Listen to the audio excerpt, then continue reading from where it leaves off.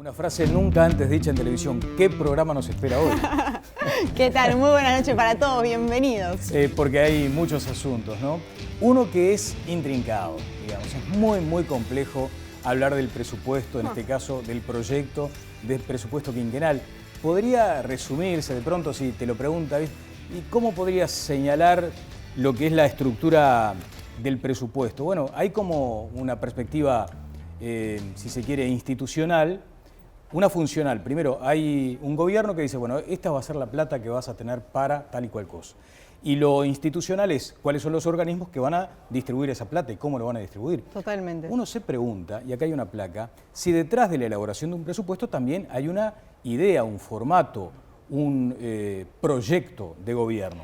Y es de los puntos más, además, intrincados, ¿no? Para un gobierno. Claro. Y ahí está, en el centro, el total del presupuesto. Ni lo leas porque nos vamos a perder. Y alrededor, ustedes pueden ver, ¿no? El tamaño de los círculos va en función de cada rubro y cuánto dinero tiene asignado. Seguridad social, allí ven que es el que más destaca. Le sigue educación, gestión financiera, servicios públicos, salud. Por seguridad eso, pública. ¿hasta dónde es un proyecto de gobierno, ¿no? Un plan de gobierno, o sea, donde el gobierno de turno pone sus acentos? Eso lo vamos a estar hablando con el senador Gustavo Penades en los próximos minutos. Pero además vamos a hacer, por lo que decía Marcelo Irachet, estamos haciendo un sondeo en nuestra cuenta de Twitter. Estamos haciendo un sondeo porque ayer se cumplieron 6 meses de la declaración de emergencia sanitaria y los estamos consultando sobre eso. Bueno, ¿cómo creen que el gobierno ha manejado esta pandemia? Y hay varios votos a esta hora, ¿eh? Y también, como decía Marcelo, vamos a estar hablando de la nueva policía. Hubo la semana pasada una detención allí en el barrio Punta Carretas que generó polémica. ¿Se siente respaldado el sindicato policial y en ellos el resto de los efectivos del país? Este va a ser otro de los temas. Un par de consejos y empezamos el debate. Los Caminos del Vino, 18 bodegas familiares, te invitan a visitarlas, degustar los mejores vinos y realizar múltiples paseos en familia. Hacé tu reserva. En Paganini Rossi renovamos la web y para festejar, en todas las compras que realices exclusivamente a través de la página, te hacemos el 10% de descuento adicional y con cualquier medio de pago, no acumulable con otras promociones. Ejemplo, colchón de espuma línea especial, 140 por 190 por 20, garantía 4 años. Quedan 9.900 pesos. Somier completo, quedan 15.300 pesos. Precios finales. En la web de Paganini, todo con el 10%. PaganiniRossi.com. Bueno, Vivi, creo que tenemos ya en línea al senador Gustavo Penades del Partido Nacional. Si efectivamente es así, nos gustaría trasladarle esta primera inquietud. ¿Qué tal, Gustavo? ¿Cómo anda? Buenas noches.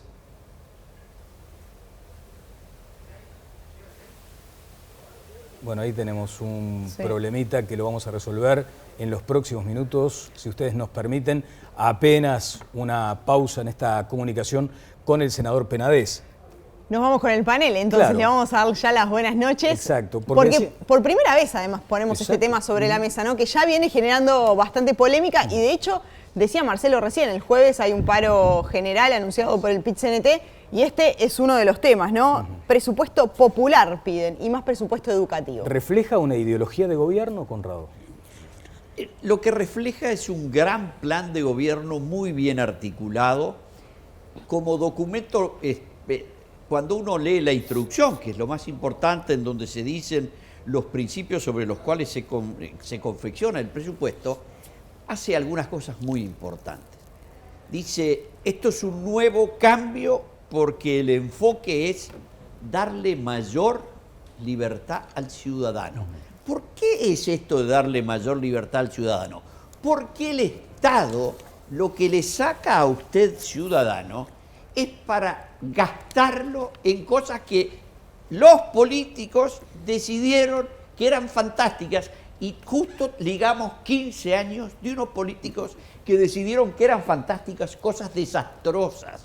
Fíjense, en el documento dice que hay que reducir la presión fiscal. Ya los otros días estuvimos discutiendo acá. Yo soy partidario de reducir la presión fiscal mucho más que el gobierno.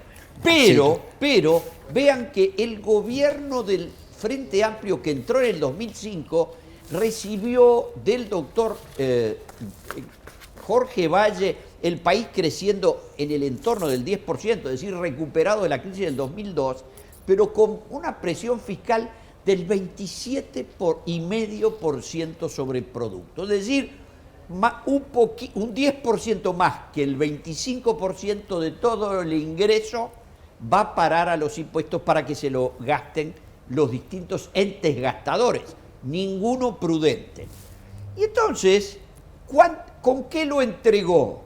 Con una presión fiscal del 36%, es decir, que creció un 30% sobre lo que tenía, de 27 se fue a 36, pero ¿cómo entregó? Con déficit de 5 puntos, porque después terminábamos corrigiendo y ya andamos por 6 por culpa de la pandemia, que no tiene que ver el Frente Amplio. Es lo único que no tiene que ver, todo lo demás es responsable. Vamos distribuyendo el juego, Connie. A ver, José Vallardi, por favor. No, esto es bueno discutirlo con Connie. Connie es de la tendencia de impuestos cero, diríamos, ¿no? Aclaro que a mí tampoco me gusta pagar impuestos, digo por las dudas, ¿no? Porque parece que si no es una opción pero tengo una idea. ¿Qué tal si los hacemos voluntarios? Entonces todos los que están a favor del aumento de los gastos ponen, y yo no pongo porque no estoy a favor. Se beneficia, se beneficia pero no pone. En realidad, cuando uno discute el presupuesto, discute cuáles son los ingresos y cuáles son los gastos del Estado, y yo creo que hay opciones. Siempre hay opciones. No es un tema exclusivamente de números, entonces. No. Es un tema, digamos, se expresa en números, pero esa expresión en números son opciones. Y las opciones, en realidad, están guiadas, de alguna manera, por la ideología. Entendida por ideología, el conjunto de ideas y valores con los que uno pretende atender la realidad de una sociedad. Yo, Connie, se ha retenido mucho en el mensaje. Yo no tengo problema en el mensaje, pero el mensaje es letra. Todos sabemos que la letra puede decir cualquier cosa. ¿Cuál es la ideología de este presupuesto quinquenal? Yo creo que la ideología de este presupuesto es una ideología que es restrictiva desde el punto de vista del gasto social, que va a impactar muy negativamente desde el punto de vista general en la economía, y podemos verlo área por área. ¿Está bien? Acá se habla del déficit fiscal, solo para introducirlo. Después podremos hablar de presupuesto en un programa, significaría tener no sé cuántas horas para poder expresarse. Pero en realidad vamos a tomar el déficit. El presupuesto en las previsiones fiscales, el presupuesto, lo que está escrito, ¿está bien? Nos dice que el déficit fiscal va a bajar del año 2018 de 4,8 a 2,5. ¿De acuerdo? Esto es lo que está expresado en los números, en 2,24, 2,5, es decir, 2,3% de mejora del déficit fiscal respecto al PBI. Dijimos antes de la campaña que eso no se podía hacer sin tocar los salarios y las jubilaciones, ¿de acuerdo? Se recuerda lo que fueron los debates de campaña. Ahora bien, de ese 2,3%, del 2,3%, el salario, los salarios públicos, las jubilaciones y la inversión pública explican el 1,7% de esa mejora. O sea, el 68% de la mejora que dice este presupuesto en los números está expresado en salario, jubilaciones e inversiones. Redondeo para tener espacio, ¿está bien? Que lo que se dijo, que era que no se podía bajar el déficit sin impactar en esto, es una constatación. Quiere decir que los públicos van a bajar su salario real.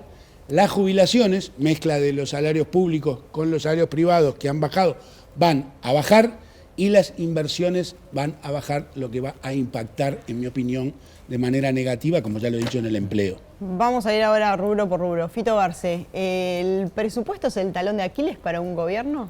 ¿Pasar esta instancia es pasar por allí el punto más candente?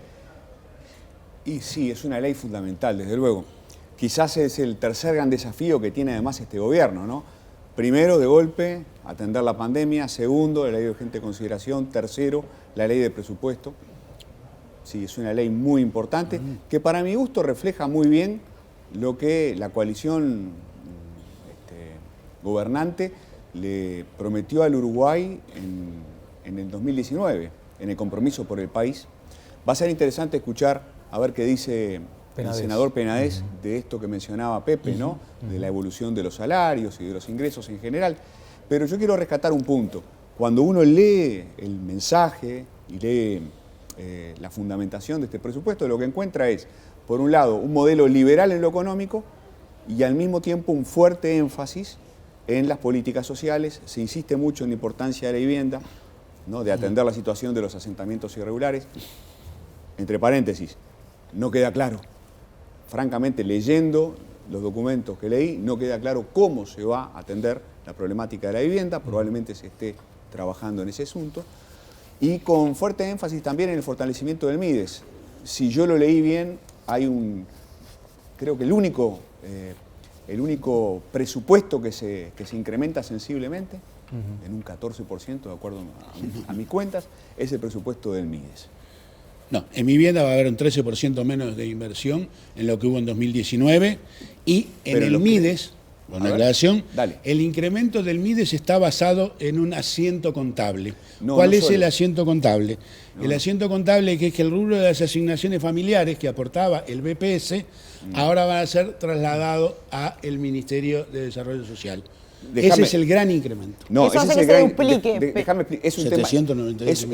Es un tema muy interesante de que forma parte de la controversia, ¿no? Claro. Porque efectivamente, cuando tú mirás el renglón correspondiente al MIDES, pasa de 7.290 millones, 2020, a 15.912 millones. 7.200 millones se explican simplemente por un asiento contable, porque las asignaciones familiares pasan a ser servidas, se dice textualmente en el presupuesto, por el MIDES. Pero además de eso, hay un aumento de 1.422 millones que equivalen al 14% del presupuesto ejecutado en el 2020 por el MIDES. La primera cosa que hay que entender, que es espantoso que estemos discutiendo que es buenazo que donde se gastó 1.000 se gaste 2.000. Por tres razones. Una, porque los 1.000 de aumento los va a poner usted. Porque la gente cree que los aumentos de asignaciones presupuestales salen del árbol de la ciencia. Pero este presupuesto tiene más gasto, Connie. No, hay lugares donde tiene más gastos porque hay énfasis. Lo que hay énfasis en aumentar gastos en algunas cosas que sean imprescindibles y en muchos casos debieran ser transitorias. Para decir algo, el gasto, por supuesto que el gasto en seguridad, yo lo he dicho siempre, soy partidario de que el Estado sea juez y gendarme. No creo que tengamos que privatizar la Suprema Corte de Justicia ni que privaticemos el Ministerio del Interior. Hasta ahí llego. Ya después empiezo a tener mis dudas de si tenemos que tener 178.000 instituciones inútiles. Defensa, tenés a un experto. No, también, pero que y una de las áreas que aumentó, la ¿no? defensa es el orden, preservación de la soberanía nacional en el ámbito del territorio. Eso no la privatizás. Eso tienen que estar con buenas asignaciones y con buen respeto de los que lo pagamos.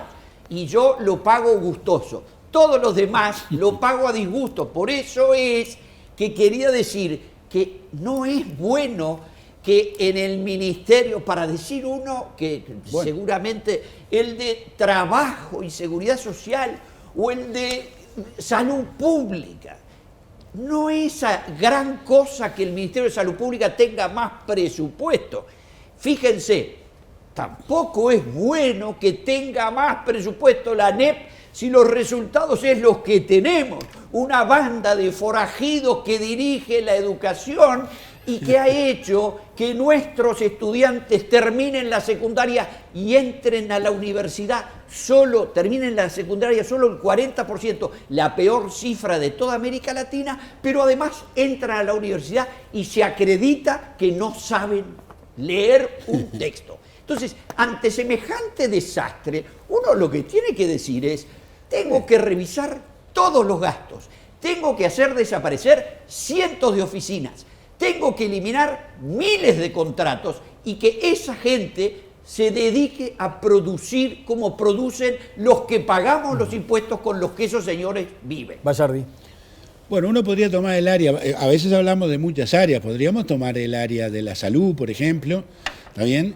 Y seguramente Conrado esté en contra de que exista un área de salud pública que fue una opción de los gobiernos del Frente Amplio potenciar el área de salud pública como nunca se había potenciado en este país y que atiende en general, ¿está bien?, a los sectores de la población que estaban en términos generales más excluidos y que pasó a lo que era el gasto en la salud privada, ¿está bien? En la salud pública era cerca de 1/3 o menos del gasto de la salud privada. No llegó al mismo nivel, pero se aproximó de manera muy importante y ha habido mejoras a lo largo y a lo ancho del país en lo que tiene que ver con infraestructura sanitaria, con atención y con prestaciones, y en realidad esos son opciones. ¿Para vos el presupuesto de ACE se refleja en la hoy gestión de salud pública? En la hoy... ¿En la gestión que hoy Sí, tiene a salud ver. pública? A ver, acá yo he oído hablar de la salud pública... Porque es uno de los presupuestos más abultados, ¿no? El de No, ACE. yo he oído hablar de la salud pública, decir cualquier disparate, alguien que nunca pisó antes los hospitales y ahora. No los pisó nunca, jamás. Entonces habla de cosas que no ve y que no conoce. Cuando ha habido una inversión muy fuerte en infraestructura desde el punto de vista sanitario, que es de un nivel muy importante y que ha habido acercado a la población a prestaciones que antes le estaban vedadas o le estaban, diríamos, lejos de la posibilidad de poder acercarse a ella. Ahora, por ejemplo, al conocerlo a Conrado, ¿no?, y al tenerle ese cariño tan particular que le tengo, yo le querría preguntar, porque además es liberal y lo dice y me parece que esas No, y convicciones... lo defiendo con y buenos lo argumentos defendés, o malos, y lo no defen- sé. Exactamente, con buenos o malos argumentos, pero lo defendés. O sea, no hay persona en Uruguay que no sea capaz de respetar eso que tenés en cuanto a la convicción de tus argumentos, la solidez y la fundamentación a cada una de tus ideas. Simplemente una pregunta, porque también te conocemos en tu sensibilidad humana, en tu dimensión humana. A veces los presupuestos tienen que ver con las circunstancias por las que atraviesan los países. En este caso, ¿no entendés, Conrado, que hay un presupuesto COVID, por decirlo de alguna forma, que debe atender a una cantidad enorme de gente que ahora está, como decían los relatores del ciclismo, a la vera del camino y hechos paté? Absolutamente. Pero para las ocasiones, escúcheme, ¿ustedes creen que los presupuestos serios de los países serios no tienen ajustes cuando las circunstancias son totalmente imprevistas? Por supuesto. Y alguien piensa que yo creo que lo que se aprobó y lo que tuvimos que pagar o que pagó la comunidad para que, digamos, se encarara una serie de medidas a la vez que fue muy eficiente, porque pese a la opinión de los frentistas que dijeron es poco del producto, a las pruebas me remito, tenemos las mejores cifras de Latinoamérica y de muchos lugares del mundo. Entonces, ¿Y te acordás cómo se creó el Ministerio de Desarrollo, por no, ejemplo? pero es que el Ministerio de Desarrollo estoy en contra, por pero se supuesto creó, que estoy en contra. fue unánime no quiere también, decir ¿no? que no me parezca encantador el amigo Barto. No, pero no me refiero a este ministerio. Pero- Digo, el origen del Ministerio de Desarrollo No, Social. pero ¿alguien cree que en el Uruguay había en 1920, a ver, en el segundo gobierno de Pepe Valle, había menos pobres que en el año 2004 cuando llegó Jorge Valle Ibáñez? Cuando se fue Jorge Valle Ibáñez. No, no es así. Había otras maneras de resolver los problemas, de encauzar los problemas de la pobreza. Está bien, pero no vamos a discutir eso porque hoy el MIES no está en cuestión. O sea, ¿no? pero- Y capaz que discutimos perdón, algo que no tiene mucho a ver, sentido. Yo no... Yo lo que digo también es que a veces los presupuestos tienen me que ver pre- si con me los momentos preguntan, históricos, yo digo, ¿no? estoy en contra. Es como aquella persona que contaban que estaban en los domingos en la mesa, toda la familia, llegó la abuela de misa. Y le preguntaba, abuela, ¿cómo estuvo la misa? Dice, la homilía fantástica. ¿Y el cura de qué habló? Y la abuela dijo, habló del diablo. ¿Y qué dijo? Que estaba en contra. Bueno, yo también. Sí. ¿está? Pero yo digo, también. ¿te das cuenta de esto? No se armó el presupuesto pensando en la pandemia, pensando en... No, este presupuesto tiene los ingredientes de la pandemia. Claro. Entonces, acotemos el efecto pandemia, pero como presumimos que la ciencia va más rápido que la pandemia, va a lograr triunfar sobre la pandemia, no podemos hacer un presupuesto que sea que de aquí para adelante todo el mundo coteje las cifras usando la pandemia. Es un episodio, es lo mismo que haber entrado en una guerra con la Argentina cuando los de la sillita se ponían en el arroyo verde. Bien, Fito Garcés. No, la discusión filosófica sobre Estado, mercado y sobre cuánta libertad y cuánta intervención es una discusión preciosa, ¿no? Algunos elementos para compartir con la gente, ¿no? Está sobre la mesa, se está discutiendo si el presupuesto es realista o no, ¿no? El presupuesto ¿Se ahorra o recorta? Probablemente sea optimista porque pretende llegar bajando el déficit fiscal, algo más de 3% de crecimiento del producto todos los años, el año que viene más de 4%, ¿no? Uno diría, y sí, es optimista pensar así, ¿no? Que el producto va a crecer en un mundo tan raro y con tanta incertidumbre como el que vivimos, ¿no? Que el dólar se mantenga estable, que la inflación va a bajar, es decir, asume toda una serie, yo diría, de riesgos que yo creo que demuestra un gobierno, al menos que se tiene fe. No sé si le van a salir las cosas, porque la película, a ver, la foto que nos presenta el 2024 es una foto donde los números cierran. Ya vamos a ver, es un tema de debate, ¿no? Hay quienes dicen que, y algunas calificadoras dicen que los supuestos son demasiado optimistas. Los números cierran, por ejemplo, acá hay una apuesta muy fuerte, muy potente al crecimiento, ¿no? Claro. Y hay, como se dice, factores exógenos cuyas variables no podemos manejar en la administración, digamos, doméstica, y están los endógenos, los que dicen, por ejemplo, miren, hay que reformar la gobernanza de las empresas públicas porque por ahí estamos perdiendo competitividad, tenemos que reformar institucionalmente una cantidad de áreas y de oficinas y de ventanillas. Eso es lo que se concluye. Yo me pregunto, ¿cómo puede garantizarse un crecimiento que dependa tanto de un mundo tan volátil, Bayardi? Yo no sé, yo creo que hay incertidumbre, porque en realidad gobernar también es manejar incertidumbres, ¿no? De alguna manera es como tener un foco en un cuarto oscuro y tratar de ubicar el foco bien en la dimensión en lo que puede pasar. Esta es parte central de lo que tiene que ver con gobernar, diríamos. Yo creo que estamos en un mundo en el que todavía no sabemos cuál va a ser la resultante de salida, ni la resultante de la salida de la pandemia, ni la resultante de la situación económica global, que tiene muchas complejidades. Esto es un dato de la realidad, no me voy a extender en ello. Entonces yo creo que hay un conjunto de previsiones, está bien, yo soy optimista, yo estoy haciendo algunas previsiones sobre la lectura de los números que presenta este presupuesto. El Frente Amplio le erró, porque además lo dicen con números, sí, le erró como a las peras cuando hacían proyecciones y se destruían. ¿Y sabes lo que dicen? Por ejemplo, cuando una autoridad económica le erra en los parámetros, los agentes de la economía toman esos datos y pierden confianza. Pero no hubo pérdida de confianza en el Uruguay, Daniel, no hubo pérdida de confianza en el Uruguay a pesar de esos números. No hubo. ¿Por qué? Porque se mantuvo el grado inversor, porque las valoraciones que se tenían de la economía y del Uruguay siguen siendo positivas hoy, eran positivas antes del 1 de marzo, siguen siendo positivas hoy. Entonces, a pesar de esas cuestiones que en realidad pueden haber resultado desacertadas, no impactó negativamente en términos generales en la evaluación que se tiene del Uruguay. Yo les voy a explicar a nuestros telespectadores por qué se mantuvo la confianza en el Uruguay. Porque el gobierno que condujo económicamente el contador Astori, como ministro de Economía en el primer periodo, como vicepresidente de la República en el segundo y como vuelta al ministerio en el tercero, respetó algunas de las reglas de la seriedad de política económica que el Uruguay adoptó en el mes de septiembre de 1974 bajo la batuta del ingeniero Alejandro Beck Villegas.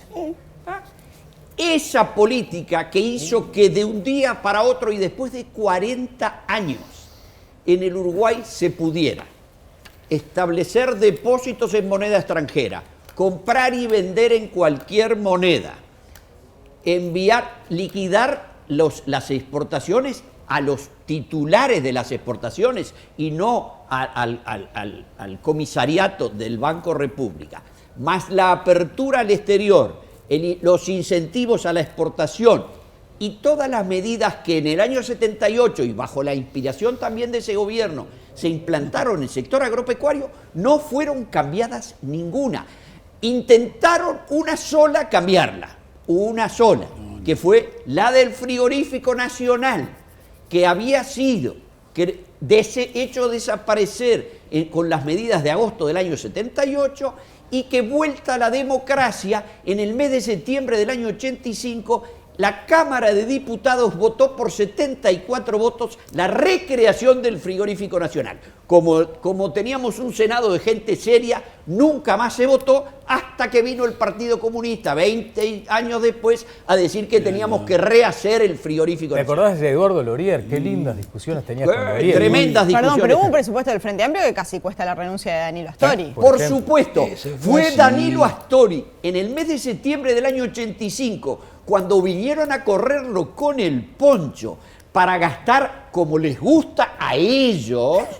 Por supuesto que no es solo a ellos, debo decir una cosa, todos los políticos les encanta, salvo los ministros de Economía, todos los políticos, yo fui director de planeamiento y negocié con todos quieren gastar más, todos. Con razón. Pero o sea, lo que hizo Astori fue una tarde de septiembre del año 2005, decir, muchachos, si ustedes quieren ese presupuesto, yo me voy. Y estaba yo en la Ciudad Vieja y recibí 20 llamadas en mi celular. Dice, ¿qué pasa que se va Astori?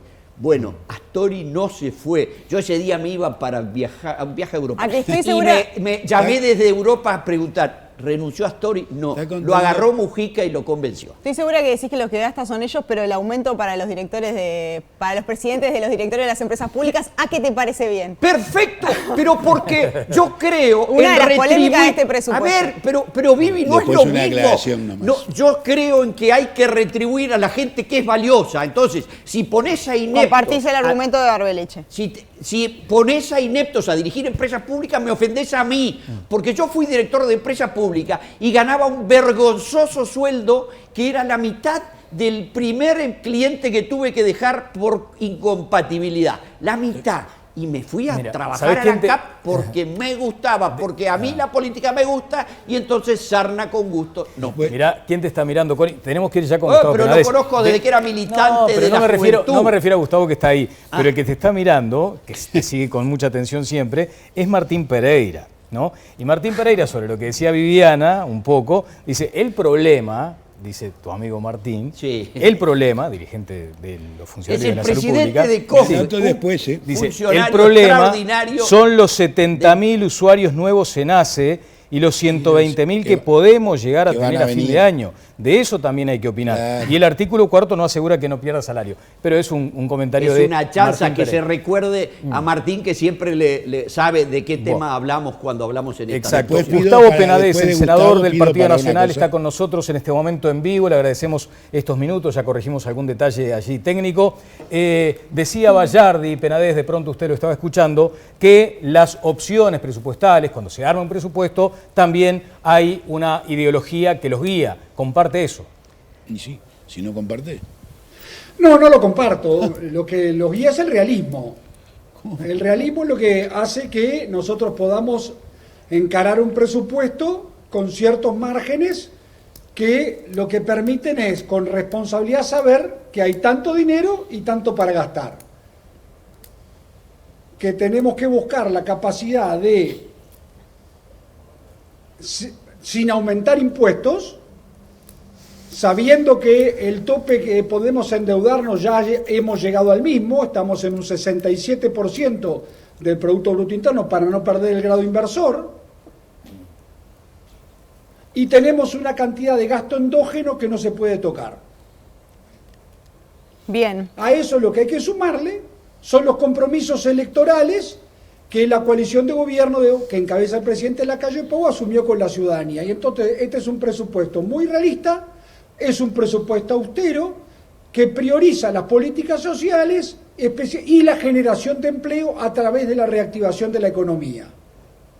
O sea, lo que pretende el presupuesto, que es una línea más de la acción del gobierno, quizás la más importante, es ver cómo manejando recursos escasos, priorizando algunas áreas de la vida nacional en las que el Estado tiene una fuerte influencia, no desequilibrar la economía para que la termine pagando esos errores los sectores menos pudientes de la sociedad. Bien. Entonces, es un presupuesto que lo... Penades, no, queríamos Sí, me consultarle, preguntaba algo. porque ahí, de hecho decíamos, para el jueves está planteado un paro del PIT-CNT, un paro general de 24 horas, y lo que dicen es que uno de los motivos es un presupuesto más popular y también mayor presupuesto para la educación y particularmente para el AUDELAR. En estos primeros días de discusión en el Parlamento, ¿hay alguna modificación con respecto al presupuesto para la educación? Están diputados el presupuesto, ¿no? Seguramente en el transcurso de la discusión, tanto en la Cámara de Diputados como en la Cámara de Senadores, algún intento de mejora podrá surgir. Pero a mí lo que creo que es muy responsable cuando alguien reclama más, tiene que decir de dónde sacar ese dinero. Porque por supuesto que yo quiero más para la educación, más para la salud, más para la vivienda, que además son sectores que el presupuesto por lo menos mantiene. Porque es un gran error decir que este es un presupuesto que trae recorte, porque es un presupuesto que está calculado según el presupuesto del último año del gobierno del presidente Tabaré Vázquez. Entonces, sin aumentar la presión fiscal, pretendiendo priorizar algunos sectores que entendemos que son centrales para la recuperación para volver a los círculos de afuera de la pobreza, a los sectores más vulnerables, que lamentablemente con la pandemia cayeron en la misma. Porque lo que no se sostiene hoy, para quienes critican este presupuesto, es que quedó meridianamente confirmado en las gestiones anteriores que aumento del gasto no es sinónimo de mejora en la calidad de los servicios ni de mejores resultados. Hay que mirar simplemente los resultados que antes se tuvieron en la educación o que se han tenido en la seguridad, por ejemplo, para darse cuenta que no es una cosa automática que se genere. Bien. Entonces, la responsabilidad de este gobierno está vinculada a no aumentar impuestos y con lo que se tiene priorizar los sectores que entendemos que son fundamentales de priorizar. Bien. Y que en el transcurso del... Permita, ni nosotros de la acá... gestión de gobierno... Sí, a ver, redondee, por favor. Sí, que en el transcurso de la gestión de gobierno, los pronósticos, las proyecciones que realiza el gobierno, el equipo económico, son controlar la inflación y bajarla, bajar el déficit fiscal, intentar y buscar por todos los medios que crezca el Producto Bruto Interno en términos responsables, estamos hablando de 3.9% del mismo, fomentar la inversión de tal manera que la misma acarree la generación de empleo y focalizar en las políticas sociales y en la de vivienda los esfuerzos que presupuestalmente se puedan hacer. Bien, ninguno de nosotros acá ni nadie en casa lo envidia, porque usted lo que está haciendo es un ejercicio de decir algo y escucharse usted mismo 3 segundos más tarde. Por lo tanto, la verdad que le ha sacado bastante bien. Tenemos ese tema del delay que hace precisamente que sea medio complicado el diálogo. Así que nadie quiere estar en sus zapatos y hasta ahora viene rindiendo notable con este asunto de la tecnología. Le vamos a dar la palabra a José Bayardi, Gustavo, porque ha señalado también, en eso que usted dice, las críticas al presupuesto, que hay restricciones en lo social, que va a impactar negativamente en la economía y que además de 4,8 a 2,5% de déficit costará salarios en caída, jubilaciones en caída y menores condiciones para la generación de empleo. ¿Es así, José? Efectivamente. Sí. ¿Qué pregunta le querés hacer y por favor te pido que seas breve, a Gustavo Penade, ya que le argumenté parte de lo que habías dicho? Yo sé que el proyecto de ley está en diputados en este momento, digo, más allá de todavía no ha entrado a la Cámara de Senadores, pero quisiera, porque es una pregunta que tiene que ver con meterse en el presupuesto. No sé, Gustavo lo habrá visto, pero todavía no está metido adentro como cuando vaya al Senado. Sí. Y esto quiero dejarlo. ¿Pero qué querés saber, del senador Penades en este momento? Yo digo, voy a poner un punto nomás, porque siendo la educación uno de los puntos centrales en que el gobierno ha planteado en su discurso preelectoral, ¿está bien?, cómo pensamos que se pueda satisfacer esa necesidad cuando lo que está planteado, que es el presupuesto de 2019 frente al presupuesto de 2024, hay apenas una discreta variación que no está atendiendo las necesidades que estaban planteadas para llevar adelante todo lo que se planteaban en materia de educación. Digo, lo estoy tomando un punto, podría tomar los otros, después tengo una cosa que contestarle a Conrado, pero le pido a Gustavo, que además Gustavo nos conocemos hace 30 años, diríamos para decirlo de alguna manera, ¿no? Que no creo que nadie se posicione en la vida sin apelar a la ideología, o sea, al conjunto de ideas y valores con los que uno interpreta la realidad. Los tenemos nosotros tres, lo tienen ustedes dos, lo tienen todos los cámaras y lo tiene toda la gente que está del otro lado. Porque a veces se menciona en términos que no me digan peyorativos. que no hay ideología. A ver, Penades. A ver, con relación al presupuesto de la educación, el presupuesto de la educación tiene dos componentes centrales. Uno, mantener las partidas y paulatinamente aumentarlas en el quinquenio. Y luego una redistribución interna del presupuesto, porque lo que las actuales autoridades de la ANEP han detectado, una muy mala administración de los fondos existentes. Entonces lo que se pretende es la optimización de los recursos para direccionarlos a los programas que se entienden que sean prioritarios a la hora de atender a los jóvenes y especialmente los sectores más vulnerables. El otro día, conversando con las autoridades de la ANEP, me hablaban de que han detectado millones y millones de pesos destinados a cosas que no son prioritarias, que apuestan a la burocracia y a un aumento del peso de la burocracia en el presupuesto de la educación. Y lo que pretendemos esencialmente es una mejor administración de lo mismo. Sobre la ideología me encantaría con Pepe en estudio poderlo discutir, porque yo le puedo manejar a él una cantidad enorme de argumentos de las políticas llevadas adelante por parte del Frente Amplio que son absolutamente contradictorias con el discurso histórico de la izquierda en nuestro país. Los instrumentos. Las privatizaciones, las terciarizaciones, la extranjerización de la tierra. Los instrumentos. La extranjerización de las principales industrias de nuestro país, fundamentalmente, por ejemplo, la industria frigorífica. Bueno, vamos a promover ese debate en piso, el ingreso, vamos a promover ese debate en piso. Me encantaría. A mí me quedó pendiente una cosa. Usted hablaba de la ANEP. Ahora, la UDELAR se ha dicho que no tiene un incremento en los 5 años, ¿no? Y de hecho, hoy el rector de la UDELAR, Rodrigo Arim, decía que, por ejemplo, con este presupuesto, entre 400 y 500 docentes altamente calificados van a tener que emigrar del país. A ver, esa me parece una afirmación un poco temeraria del señor rector, y yo me puedo llegar a comprometer a trabajar con él en las próximas semanas y en los próximos meses en la discusión del presupuesto para evitar que eso así suceda. Pero puede haber allí... O sea que en este sentido el diálogo en el Parlamento está garantizado para que nadie busca que se vaya ningún docente calificado del país, muy por el contrario. Lo que pretendemos es aumentar justamente la posibilidad que la Universidad de la República, conjuntamente con el resto de la educación universitaria y terciaria de nuestro país, llegue a mayor cantidad de población objetivo. En ese sentido vamos a trabajar y mucho con el rector para que evitemos que eso así suceda. Y ojalá que puedan tocar el tema hospital de clínicas también, porque cuando se habla de presupuesto universitario, ojalá, incluye al hospital de clínicas que ha estado hasta acá, ha estado muy estresado en términos presupuestales porque han tenido que atender una demanda creciente, y allí hay una gran preocupación, por ejemplo, de la directora del Clínica. Fito. Gustavo, ¿cómo andás? Uno de los pocos créditos. En la próxima semana yo me voy a reunir con la doctora Ubach, que me pidió una entrevista y con mucho gusto lo voy a tener.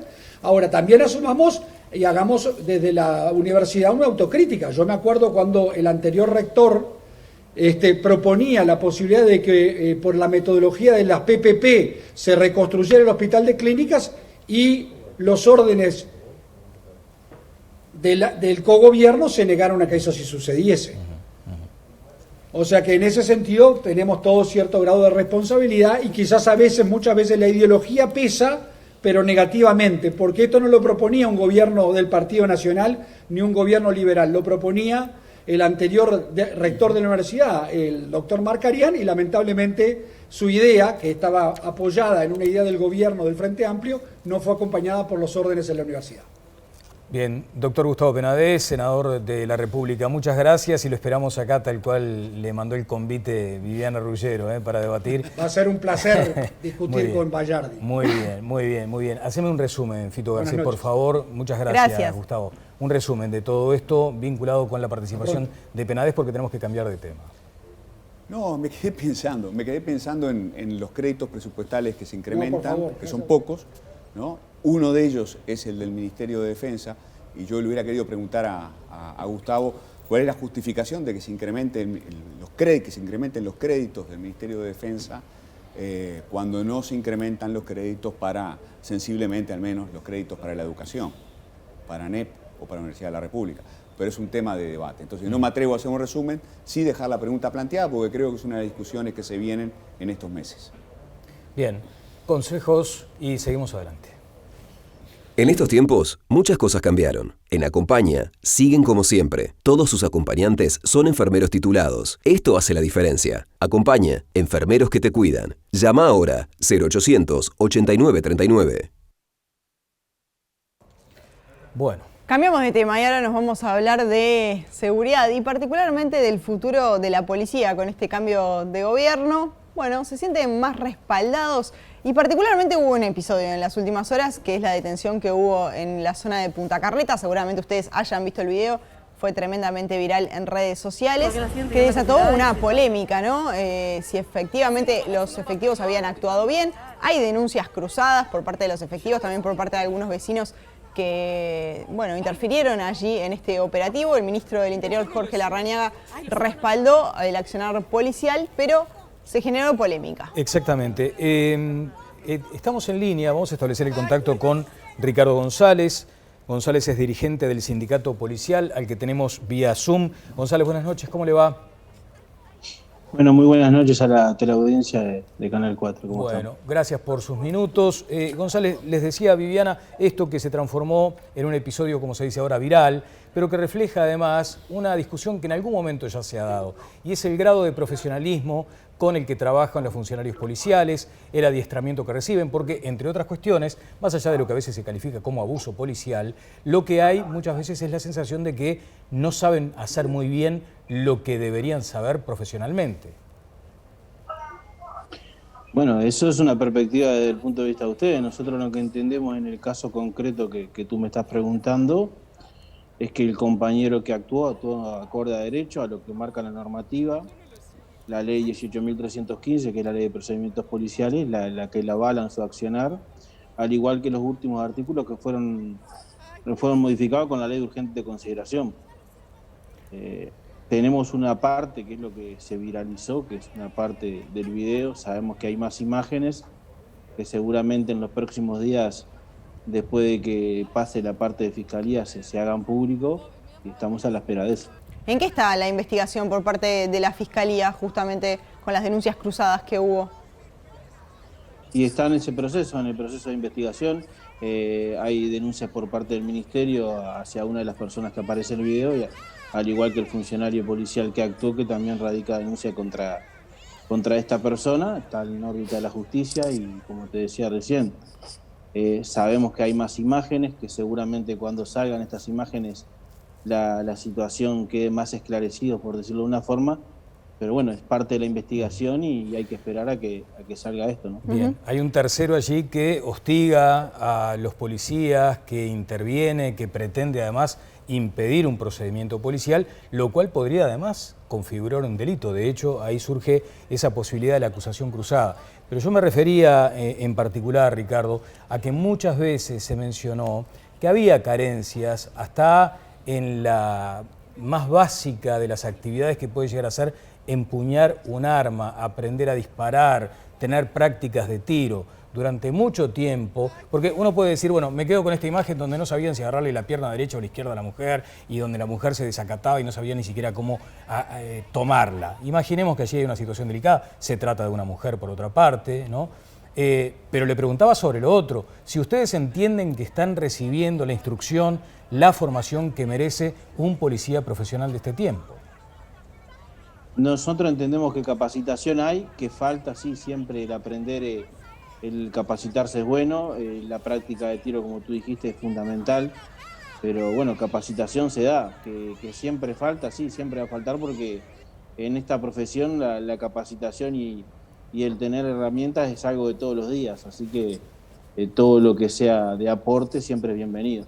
González, ¿cuánto cambió la tarea de la policía a partir de la aprobación de la ley de urgente consideración? ¿Han notado algún cambio?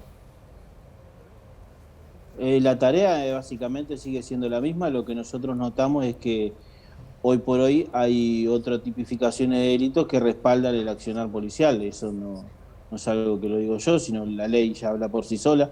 Hay delitos que antes no existían en nuestra legislación que a la hora que el funcionario vaya a actuar tenga otras garantías, ¿no?, para desempeñar su función. Hace algunos días visitaron a las autoridades en la Torre Ejecutiva a la espera de algunas mejoras presupuestales. Y le pregunto si tiene que ver con lo salarial. De hecho, aquí empezaba a insinuarse una discusión que lo planteaba Adolfo Garcés sobre las dotaciones presupuestales para el personal militar, si ustedes entienden que debería haber un tratamiento similar para los funcionarios de la policía. Y por otra parte, si en términos de presupuesto ustedes consideran que es imperativo contar con las cámaras GoPro, por ejemplo, por lo menos en algunos grupos de acción, porque es lo que permite garantizar que queda registrado el procedimiento tal cual, ¿no? Y que es un reclamo del propio ministro. Patricia Rodríguez decía, el presupuesto nos mata por todos lados. Patricia Rodríguez, integrante del sindicato también. Bueno, como dijo la presidenta del sindicato, el presupuesto nos mata por todos lados y justamente hace unos días atrás, el jueves pasado, integrantes de nuestro sindicato se reunieron con el presidente de la República, donde llevamos los puntos que nosotros entendíamos que estaban mal en esta ley de presupuesto, que obviamente que el tema del salario es importante. Lo que notamos en esta ley que se da aumento o compensaciones para los jefes, para el personal subalterno no hay, pero también vienen una serie de artículos que están en esta ley que para nosotros son de suma importancia también poder modificar.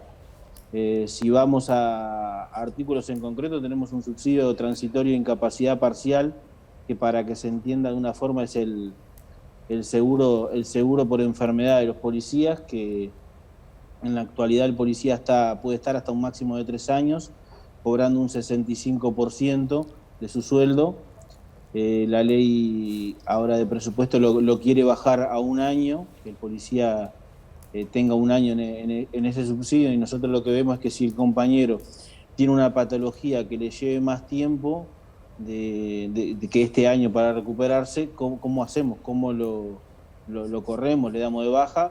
O si no, lo que puede optar es por una pensión, en el caso que le corresponda, que sería una pensión por discapacidad de un 40% de sus ingresos, que hoy en la actualidad está en un 65%. Eso lo vemos muy mal. Ahí tenemos que buscar la forma de que esto se amplíe. Y lo otro que también vemos mal en esto, que si bien nosotros habíamos pedido que se evalúe los compañeros para que se puedan reinsertar en otra tarea, eso lo vemos bien, pero está mal la parte donde dice que queda a criterio de un jefe de policía o un director nacional donde lo reincorporamos. Me parece que acá tenemos que ir un poquito más fino, un equipo multidisciplinario de salud ocupacional que vea realmente el caso del compañero y ver dónde puede ser reinsertado en otra tarea. Bien, Ricardo González, dirigente del sindicato policial, muchas gracias, ha sido muy amable. No, por favor, a las órdenes. Tenemos que hacer una pausa, Vivi. Nos vamos a una pausa y al regreso, bueno, seguimos hablando de este tema. También el sondeo de todas las voces vinculado a los 6 meses de la emergencia sanitaria. Vamos a también evaluar cómo manejó el gobierno esta pandemia, pasando raya, aprovechando estos 6 meses, cifra redonda que convivimos con el COVID conscientemente.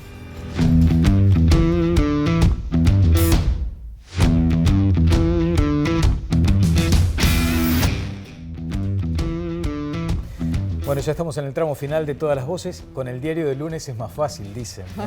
Y a propósito de eso, recordarles que hoy está Sergio Gorsi y todo el elenco, todo el equipo. Qué gusto volver a darles paso al diario del lunes. La verdad que sí, eso irá después de graduados. Vean ustedes el número de personas que se sumaron al sondeo de Todas las Voces. Allí está, fueron 4.605 votos.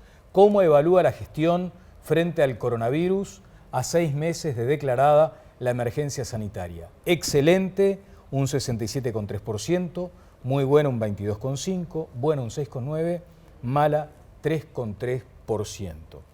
Bueno, Y un montón de comentarios también, y muchísimos comentarios, Sí, la verdad. exactamente. Apenas me permito recordar lo que siempre, o que por lo menos empezó diciendo en este ciclo, José Bayardi, dice, bueno, el manejo sanitario bien, pero esperen que pase el tiempo porque hay otros manejos que después quiero evaluar. Y allí estaba aquello de las perillas, decían, bueno, Sí. hay que manejar la perilla de la salud, pero también de la economía. Y hubo críticas fuertes de los candidatos a la intendencia del Frente Amplio, por ejemplo, aquí en Montevideo, Sí. respecto a que están hablando ahora ya de una mala performance del gobierno en materia de manejo de la pandemia. Sí, y lo que dice el gobierno básicamente, y fue lo que decía el otro día el secretario de la Presidencia, es que hoy en día Uruguay, dentro de la región, destacan, ¿no? Claro. Las cifras que tenemos y que la economía está abierta, ¿no? Y cada vez avanzando y dando nuevos pasos. De hecho, los shoppings, por ejemplo, el viernes pasado le plantearon aumentar el horario, ¿no?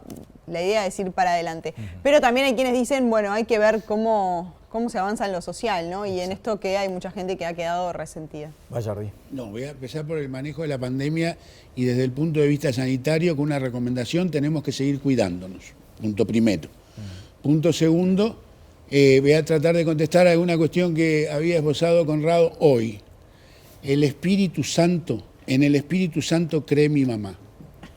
Y hay mucha gente que cree. Yo no. Respeto a los que creen en el Espíritu Santo. Pero en realidad, gran parte del desarrollo y de la performance de la pandemia en materia sanitaria fueron 15 años de inversión social que hubo en este país, incluso en materia educativa. Miremos lo que son los investigadores y qué edad tienen los investigadores. ¿Qué edad? ¿Qué edad? Edad tienen. O sea que hace 15 años tendrían 15 años, 18 años. ¿Está bien? Y hoy son los investigadores. Y las capacidades desarrolladas para poder enfrentar los brotes de la pandemia está basada fundamentalmente en la capacidad de generar test para hacer seguimiento epidemiológico, de los cuales hacemos miles. Hoy creo que llegamos a 3.000. 3.000. Hoy vi. Y estamos en un nivel récord, porque fueron 202.000. capacidades que se desarrollaron acá.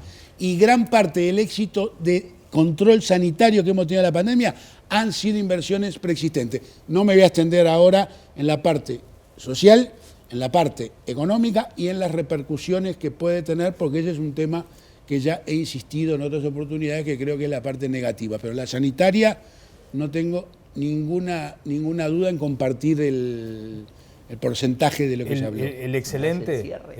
Sí, a ver, Fito. Entre muy bueno y excelente el manejo del gobierno, ¿no? Y eso es una parte muy importante de la explicación de por qué nos ha ido tan bien.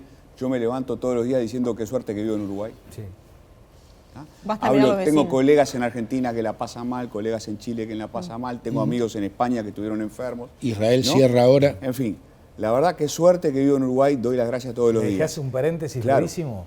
Porque además hay una situación, a la gente no le debe importar las experiencias personales de cada uno, pero también, volviendo con lo del Espíritu Santo, mis suegros son peruanos, están acá, los ¿Perdón? tomó la pandemia, son peruanos, están acá, los tomó la pandemia, y mi suegra, muy creyente, dice, Dios nos instaló acá, en este país. Está bien, Y menos está bien. mal. Menos mal que estamos La acá. respeto La y verdad, dale que sí, que está bien. Qué suerte que estamos en Uruguay y que el gobierno manejó, para mi gusto, entre muy bien y excelente la pandemia. Qué suerte que estamos en Uruguay, que el Frente Amplio hizo 15 años de inversión, ¿no? En políticas sociales, en desarrollo del sistema de salud, hospitales públicos. Qué suerte que hubo inversión, menos de la que hubiéramos querido los científicos uruguayos, en ciencia y tecnología, Cierto. pero qué suerte que se hizo todo lo que se hizo. Qué suerte que antes del Frente Amplio se hicieron otras cosas. Qué suerte que se hizo el PDCIVA. Qué suerte que tenemos un país que tiene una larga trayectoria en construcción del estado de bienestar, aunque a mi amigo Connie capaz que no le convenza tanto. Qué suerte que en el retorno democrático el doctor Sanguinetti llamó a un gran científico, director de un centro de reputación internacional en aquel momento, el doctor Bobby Roberto Caldeiro Barcia, y armaron el PDCIVA. Y eso que quiere decir Programa de Desarrollo de las Ciencias Ciencia Básicas. Con esa base, obra extraordinaria del profesor Caldeiro Barcia, cuando llegamos al gobierno de las primeras audiencias que tuve el honor de recibir fue al profesor Caldeiro Barcia, que entre otras cosas era vecino de mi barrio y su hijo era compañero mío en el colegio. Le dije, doctor, olvídese, el PDCIVA continuará, le vamos a cortar el gasto a los despilfarradores. Y luego vino el decano de la Facultad de Ciencias, el profesor Mario Shevor, y su hija era compañera del colegio de mi hija. Y me dijo, si no me das una mano, no hay Facultad de Ciencias, porque está ese edificio de la hogar estudiantil desde hace 25 años. Le dije, contá conmigo. Y el día 31 de agosto, cuando se presentó el presupuesto, me dijo, en la universidad me cocinaron, conseguí que me saquen en un artículo especial. Le dije, olvídate. Llamé al ministro, dije, Braga, hay que poner un 632 porque con el 635 se nos lleva a la universidad. Terminemos la ronda, qué suerte. Qué suerte que están ustedes ahí como panelistas, qué suerte que están ustedes ahí del otro como lado. Teleaudiencia. Qué suerte que se viene el diario del lunes de nuevo a la pantalla de Canal 4. Bueno, y qué suerte que nos vamos a reencontrar el lunes. Claro que sí. No, No, el jueves, hoy es No, lunes. trabajás esta semana, está de paro del pitch en el Claro, nos reencontramos el próximo Que jueves. pasen bien.